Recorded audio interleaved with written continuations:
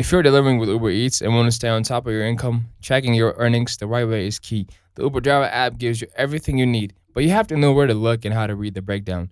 Open the Uber Driver app and tap on the Earnings tab at the bottom of the screen. Here, you'll see your daily totals, weekly payouts, and any tips or bonuses you have earned. You can switch between days and weeks to see how your performance changes over time.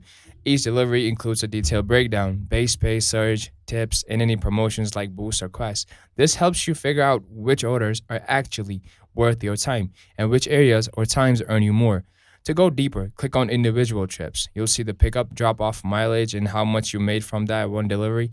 Add that up over time, and you'll start spotting patterns like which hours bring in the most cash or which neighborhoods tip better. Also, keep an eye on your tip history in weekly summary emails. Uber sends you a full report every Monday with how much you earned, how many trips you completed, and how long you were online.